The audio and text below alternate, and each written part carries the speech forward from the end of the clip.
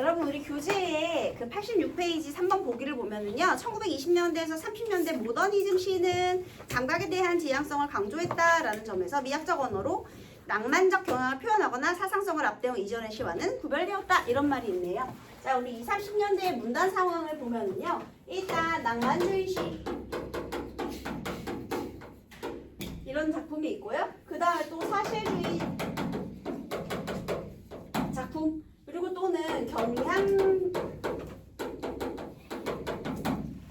경향시 혹시 경향시가 뭔지 아세요 여러분? 경향시, 경향소설은요 사회주의 소설, 사회주의 시를 경향시라고 해요. 사상이 들어가 있으면 경향이라고 해줘요. 경향소설, 경향시. 그래서 이런 사회주의 계열의 작품이 있었고요. 그 다음에 또는 시문학파 이런 것도 있었죠. 자, 그런데 얘네들 말고 우리가 보고 싶은 건 뭐야? 모더니즘 시.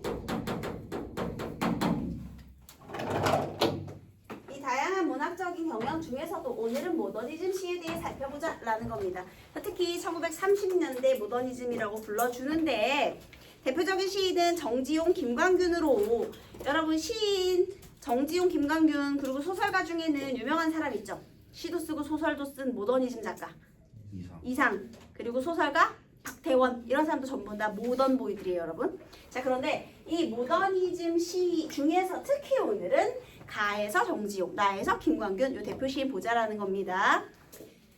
자, 이들은요 감각기관을 통해 느끼고 경험할 수 있는 감각적 이미지, 참신한 비유, 그림을 그리는 듯한 회화적 이미지를 통해 감정과 풍경을 표현하였다라고 되어 있네요. 자, 여러분 모더니즘 시의 특징 정리해 볼게요. 자, 모더니즘 시는요 일단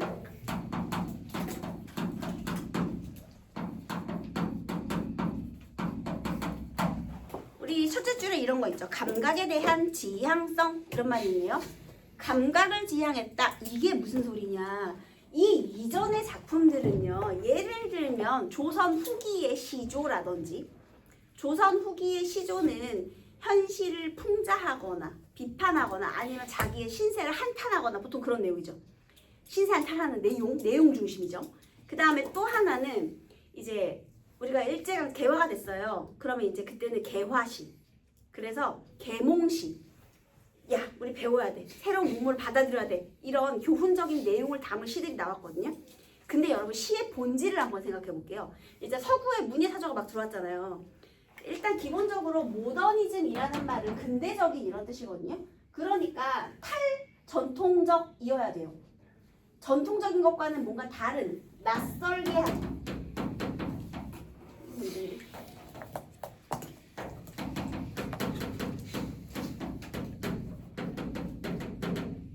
필요해요. 그러니까 전통과는 낯선 다른 게 필요해. 그럼 일단 시라는 본질을 우리가 이제 그 서구의 문예사조에서 받아들인 거야. 그러면 생각해봐.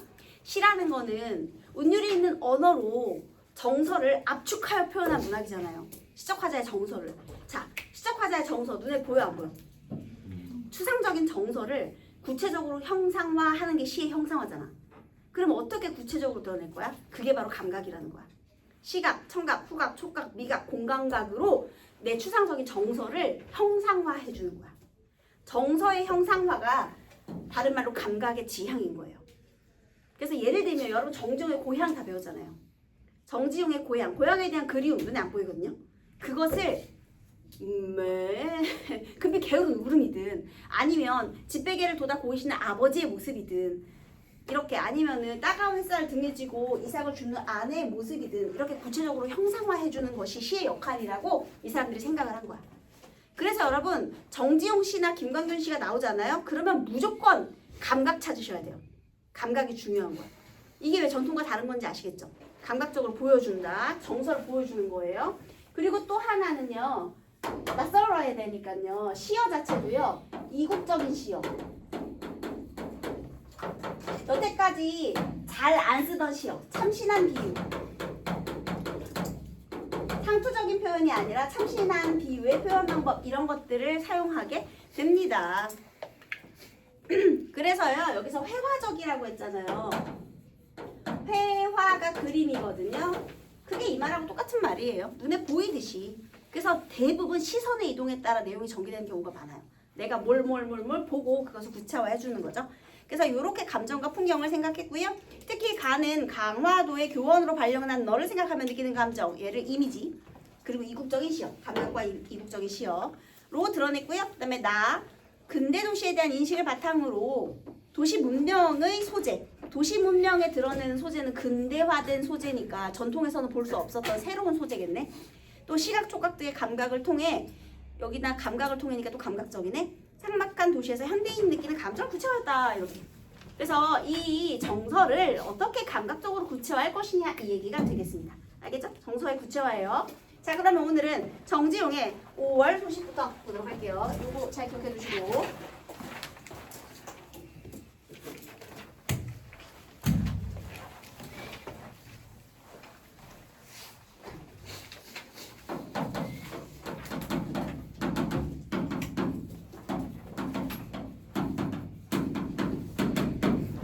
정지용이 27년에 얘가 이제 경도에서라는 부제목을 달아서 이 작품을 발표를 했어요.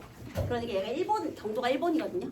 일본의 교토거든요. 그러니까 일본에서 유학 중일 때 강화도의 교사 발령을 받은 친구에게 편지가 하나 와요. 그래서 우리 아까 여기 보기에도 있었죠. 강화도에서 교사 발령을 받은 너 이런 표현이 있었잖아요. 그래서 일단 정지용 무조건 정지용의 특징 감각적 이미지즘이죠. 어떤 정서를 감각적으로 어떻게 구체화했는지 항상 찾으면서 그 다음에 당연히 특징은 감각적일 테고요. 그 다음에 이 5월 소식이라는 작품은 주제는 너에 대한 그리움과 안도.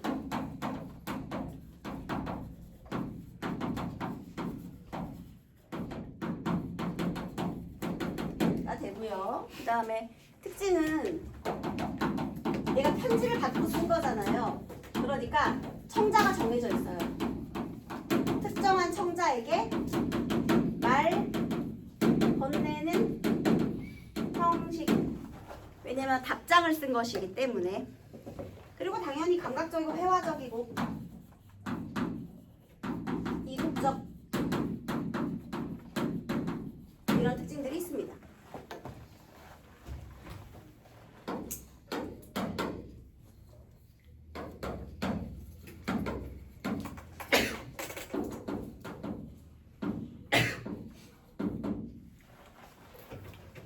자, 화자가 일본에서 유학 중일 때 쓴 시라는 점 한번 읽어볼게요. 오동나무 꽃으로 불 밝힌 이곳 찬여름이 그립지 아니한가? 여러분 오동나무 어떻게 생겼는지 아세요? 오동나무가 여러분 그 많이 봤을 텐데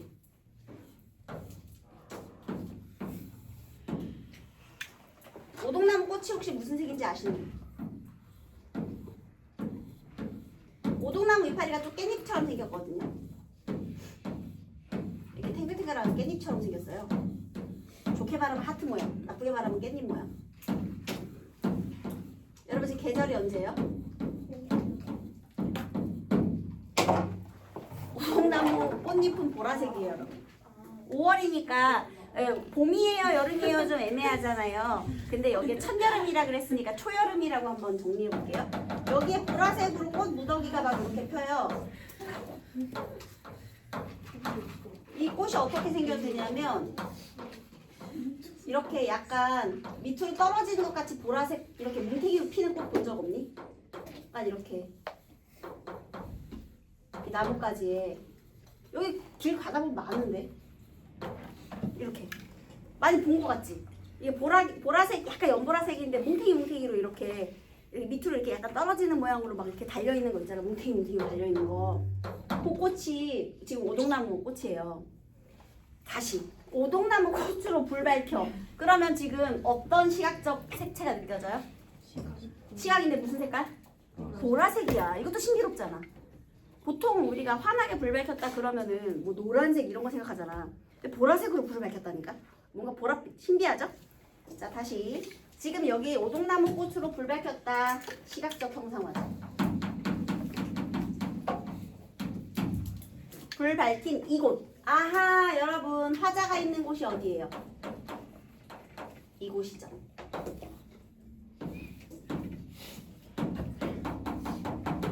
화자가 있는 곳이에요. 이곳. 첫 여름이 그립지 아니한가. 자, 그래서 여러분 이 오동나무꽃이 바로 계절감을 드러내주는 소재이기도 하네요. 그죠? 초여름에 그립지 아니한가. 여러분 무슨 법이에요? 서리법이겠죠? 의문문의 형식으로 그리움을 강조한 거예요.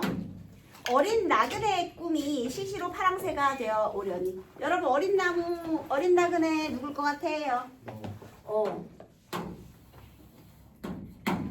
여기에 누가 있어? 여기는 화자가 있는 곳이고요. 여기는 어린 나그네 였던 너가 있는 거죠. 그죠? 여기는 이제 화자가 있었던 곳이고요. 이곳은요. 자, 어린 나그네의 꿈이 무엇으로 날라와? 파랑새돼요. 여러분 그러면 파랑새가 의미하는 게 뭘까?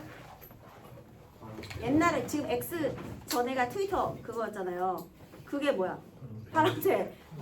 그래서 파랑새 역할이 뭐야? 편지, 소식을 전해주는 거잖아.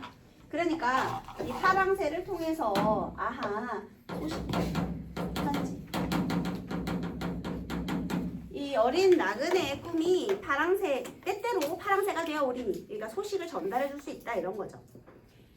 나무 밑으로 가나 책상 턱에 이마를 고일 때나 네가 남기고 간 기억만이 소곤소곤 거리는구나.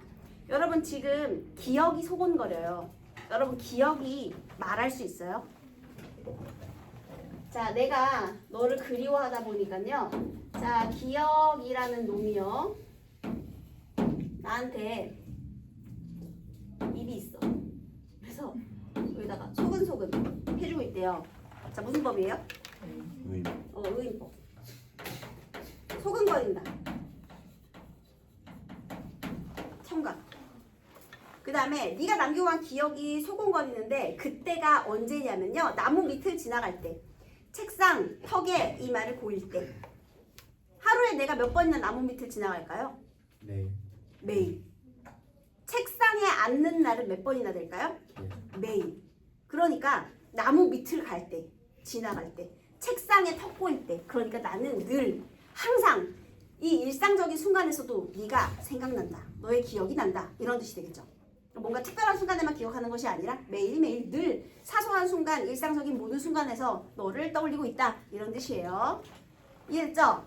자, 그래서 우리 이제 그리워하는 이 대상에 대한 설명을 했고요. 또 모처럼 만에 날아온 소식에 반가운 마음이 울렁거려서, 여러분 화자의 정서가 뭐래요? 반갑대. 정서가 직접 표출되어 있죠. 그러니까 얘가 이 소식 편지를 받았잖아요. 친구예요. 어떻게 지내는가 해가지고 뭐 이렇게 편지가 왔겠지. 그래서 이걸 보고 내가 반가운 마음이 울렁거려서요. 가여운 글자마다 먼 황해가 남실거리나니. 에? 여러분 이 편지에 뭐가 써여 있어요? 가여운 글자? 글자가 왜 불쌍하죠? 이게 무슨 의미일까? 가여운 글자? 너가 쓴 글자. 자, 다시 여러분 여기에 얘가 살고 있던 시대가 어떤 시대야? 일제강점기야. 일단 강화도라는 섬은 고립된 공간이고요. 지금처럼 교통이 좋지 않아요. 막 이렇게 왔다리 갔다리가 쉬운 공간이 아니야. 고립된 공간이야. 그래서 섬은 옛날에 강화도는 유배 나가는 거지. 여기에 사람이 살러 가기 힘들어요, 여러분. 그래서 옛날에는 그랬고요. 게다가 심지어 일제강점기인데 얘가 뭘 가르치고 있대, 여기? 뭘 가르치고 있대? 일본말. 또 아라비아 글씨. 고등교육 따위 시켜주지 않죠. 단순한 산수계산 해야 우리 부려먹을 수 있으니까 숫자나 가르치고, 그리고 일본말을 가르치잖아. 한글 가르치면 큰일 나지. 그러니까 지금 여기에서 이 교원이 돼, 강화도에서 교사가 된 이 너는요, 당연히 식민지 교육에 대한 회의감이 있겠지. 그럼 다시 여기서 왜 가여운 글씨라고 표현을 했을까? 이 너라는 대상이 처한 상황의 어려움, 힘겨움, 이런 내용이 있지 않겠니? 그치? 자, 그러면 이 대상이 처한 상황이 뭐야? 식민지 현실의 교사. 식민지는 어떻게 교육을 시켜야 될까?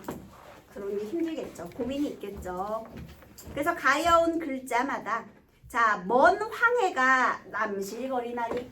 자, 여러분 얘가 있는 강화도 섬이에요. 그쵸? 그 다음에 얘가 있는 일본 대륙이지만 어쨌든 떨어져 있죠. 그러니까 이 글자마다 먼 황해가 남실거리고 있다. 둘 사이에 거리감을 드러내는 거고요. 지금 네 편지를 읽을 때마다 내 마음은 이 바다를 건너가고 있다 이런 표현이기도 해요. 황해를 건너 넘실거리며 너에게로 가고 있다. 내 기억만큼은 이런 뜻이기도 합니다. 그래서 이 황해를 건너 너의 추억을 떠올리는 그런 상황이 되겠죠. 이거는요. 편지를 통해서 어쨌든 너를 떠올리고 있잖아요. 그래서 편지를 통해서 시적 상상력이 확장되고 있다. 이렇게 표현해도 좋아요. 자, 세 번째. 점점점점 말줄임표를 썼네요. 나는 갈매기 같은 종선을 한창 치달리고 있다. 여러분 여기서 비유 잘 보세요. 종선이 뭐냐면요. 자, 내가 얘한테 가려면 뭘 타고 가야 되니? 배를 타고 가야 되죠. 자, 갈매기 같은 종선. 종선은 지금 여기 그 황해가 넘실거려요. 그런데 여기 아주 큰 배가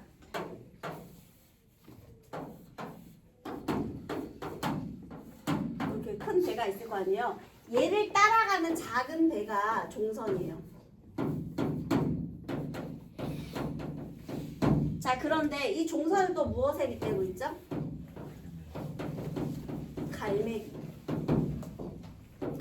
같은 종선. 왜냐면 갈매기가 배 포말 따라서 막 쫓아가잖아요. 막 여기 배 포말을 막 이렇게 일면 쫓아가잖아. 그러니까 갈매기 같은 종선을 한창 치달리고 있다. 여러분 얘가 지금 종선을 본 겁니까? 아니요. 종선은 보조관념이에요.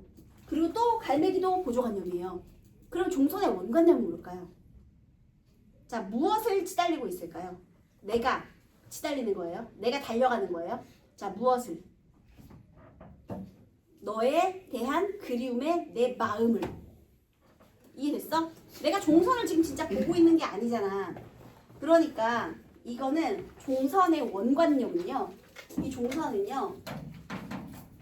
대상을 향한 그리움의 마음. 추상적 관념을 구체화해요, 여러분. 이렇게 해서라도 너에게 가고 싶다라는 거지. 야, 나 마음만큼은 벌써 지금 이 항해 건넜어. 이렇게 되는 거지. 배처럼 내 마음은 타고 너에게로 가고 있다. 이런 뜻이에요. 이 말 됐어요? 마치 이거 같기도 하고 또 갈매기 같기도 하고 큰 배를 따라가는 갈매기 같기도 하고 종선 같기도 하고요. 그래서 여러분 이런 것들은 직유면서 은유가 되는 겁니다. 결국은 이 그리움의 정서를 이렇게 구체화한 거예요. 그리움의 시각화, 추상적 관념의 구체화 여러분. 알겠지? 추상적 관념의 구체화, 시각화, 시각적이죠. 너를 떠올리면서 그리워하는 마음을 막 배 타고 따라가는 것처럼 지금 그렇게 드러냈으니까요. 이해됐죠? 게다가 시달리고 있다. 뒤에 말줄임표가 있죠. 당연히 여운을 주겠네요. 한참 생각에 빠진 거야. 그 생각에 빠져서 내가 글을 읽으면서 너하고 추억을 교감하면서 막 이렇게 생각에 빠진 장면을 앞뒤에 말줄임표를 붙여서 드러낸 거예요. 말줄임표 붙여가지고 여운을 드러냈고요. 자, 이제 4연 볼게요. 쾌활한 5월 넥타이가 내처 난데없는 순풍이 되어 하늘과 딱 닿은 푸른 물결 위에 솟은 외따른 섬 로맨틱을 찾아갈까나. 자, 그래서 결국은 이 마음이 향하는 곳이 어디래요? 외따른 섬 로맨틱. 로맨틱하니까 뭐 생각나는 거 없어 얘들아? 이국적시. 이국적인 시어 맞아요. 그리고 또 이병헌 생각 안 나요 여러분? 이병헌이라는 배우가요 옛날에 불륜을 저지르면서 불륜녀에게 오늘 너 로맨틱 성공적 뭐 이런 문자 보내가지고 유행했었잖아. 모르니? 모르구나. 그래서 이병헌이 누군지 알아요? 불륜아마 너무 옛날. 너무 옛날에 어쨌든 있었잖아. 어쨌든 그 다음에 뭐 옛날이라고 불륜이 없어지나? 뭐 아무튼 자, 그럼 다시 외따른 섬 로맨틱. 여러분 외따른 섬 로맨틱이 어디예요? 너가 있는 여기죠. 강화도. 자, 내가 있는 곳은 이곳이었죠. 그리고 네가 있는 그곳은 뭐예요? 강화도. 외다른 섬 로맨틱. 얘 지금 여기서 지금 존나 고생하고 있잖아. 고립된 곳에서. 그런데 이 고립된 섬을 로맨틱이라는 표현을 써줬어. 미화한 거예요. 네가 있는 곳이니까. 아무리 고립되고 힘든 곳이라도 너만 있으면 나에겐 로맨틱이지. 이렇게 약간 미화해 준 거야. 그래서 다시 쾌활한 5월 넥타이가 갑자기 난데없는 순풍이 되었대요. 여러분 여기서 넥타이도 왜 나왔나요? 여기에서 지금 내가 저기로 가려면 뭐가 있어야 될까? 바람이 있어야겠지 얘들아. 어? 바람이 불어야 갈 거 아니야. 자, 순풍 이것을 무엇에 빗댄 거예요? 넥타이.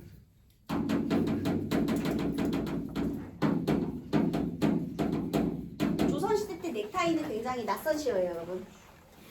이국적인 느낌의 시어. 여기 로맨틱이에요, 이국적이고요. 넥타이도 이국적입니다.